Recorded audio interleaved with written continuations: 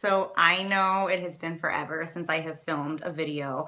Actually, I only filmed one and then life kind of took over. That first video that I had filmed, we actually already did have a lot going on. My husband and I had just gotten married and we were getting ready to move. So when I filmed that first video, I knew that within a week after I had to film that video, I had to start packing up my house and we had to, you know, move. So we did that. And then for those of you that don't know, we do have a 2-year-old. So we were in the process of just getting married and moving and getting adjusted to our new house. This is the room finally. I do have it set up. You can't really see much on the sides of me right now, but I do have it set up. This is going to be the room that I'm going to be filming in. I have a couple things obviously that I want to put on the wall because the walls are pretty bare and boring right now.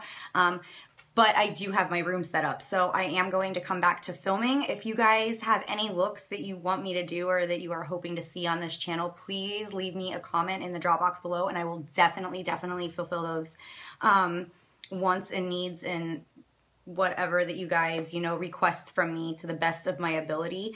This look that I'm wearing today is obviously the look that I filmed today. It's just my go-to natural look when I want to have a little bit of makeup on my face, but I don't want to sit in front of the mirror and do makeup for 30 minutes. This makeup takes me tops 15 minutes to get done. There is nothing difficult about this look. You can create this look with any product that you have, whether it's a Chanel foundation to match True Match, Maybelline. You can get this look no matter what. So this is also something, obviously a natural look looks very good on everybody. So this is something that anybody can wear.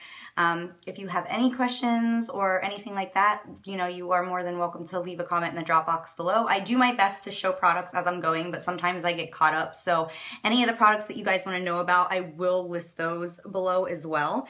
And I think that is basically all that I have for you guys. So thank you so much for those of you that have been on me about, you know, when are you going to start filming again? And I love watching your first video. Can we, you know, can you start doing some more? So thank you all that are watching this right now, and to all of you that have already subscribed to me. And yeah, I think that's it. Thank you guys so much, and I will see you in my next video. Bye. Okay, so the first thing I'm going to do is prime my eyes. As always, I'm using the Pro Longwear Concealer from MAC Cosmetics in an NW20, and I am using a beauty blender from Sephora. Actually, I was never a fan of beauty blenders, and my grandmother got me this beauty blender from Sephora for Christmas, I think. Yes, Christmas. And I said, you know, why not? Let me try it. Let me see how I like it. And I used it the first time, and I was like, oh my God. When you apply, I even go over top my foundation with my beauty blender after I apply it and like kind of, you know, pat it in and stipple it in, because it just makes your foundation, especially a liquid foundation, just look like skin. I love it. You can also take a beauty blender, I do because I'm really dry, and you can get it wet in the sink and, you know, just squeeze it. And then the way I do it is I wrap like a hand towel or something around it and squeeze it a couple times just to get any excess water out of it. But I love my beauty blender. And I am just taking this concealer all over my eyes and then in a V-shaped shape up towards my temples.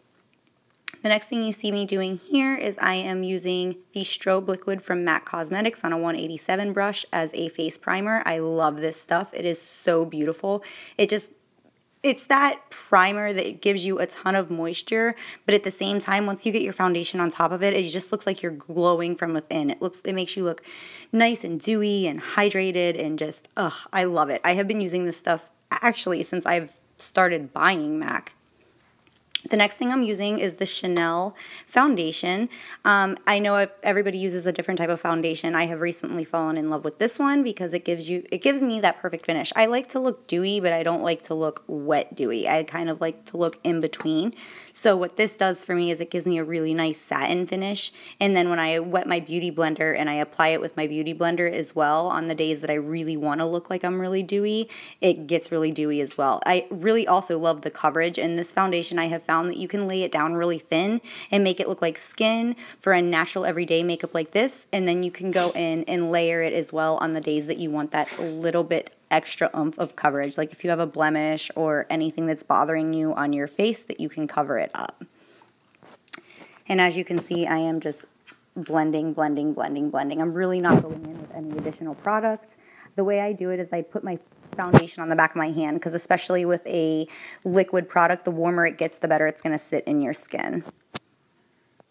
So the next thing I'm going to do is I am using the Mineralize powder in light to set my under eye highlight.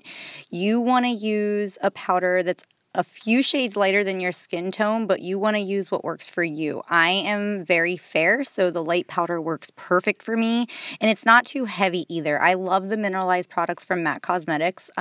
This is a medium to sheer coverage powder that it gives you, but I just apply a very little bit on a brush like this, because if I do not set my under eye area, I will crease really bad. Now I'm going to do my brows. For some reason, I could not find, normally I do this with a lingering pencil, or I'll use Cork shadow from MAC Cosmetics. However, I could not find it today, so I just grabbed charcoal brown, and this is what I'm using. However, this applied way too dark for my taste, so later on in this video, I go back in with it's more of a blonde colored brow gel from MAC Cosmetics, and I go over top of it and lighten my brows. The way I do it, as you've seen, is I brush all my brows upwards with a brow brush, and then I just fill in right underneath. I follow all those hairs to make my arch. When I'm doing natural makeup like this, I do not fill my brows in a whole lot. I basically just get that product in the hair that I already have. I do have hair on the tail of my eyebrow. However, my hair is really, really blonde, so you can't really see it on film. Also, I had a horrible wax job done to my brows a couple years back, and they've never grown in the same. They are coming back now. Somebody told me to use coconut oil, and I have been.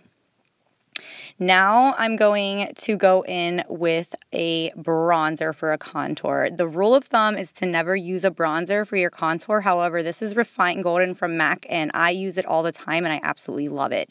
They do still have the Refined Golden. However, that packaging that you're seeing there is the packaging from a launch that MAC did. So if you decide to go get this stuff, it is going to be in just like a regular black compact, because the packaging that I have is no longer available. However, the product, like I said, is a product they will not discontinue.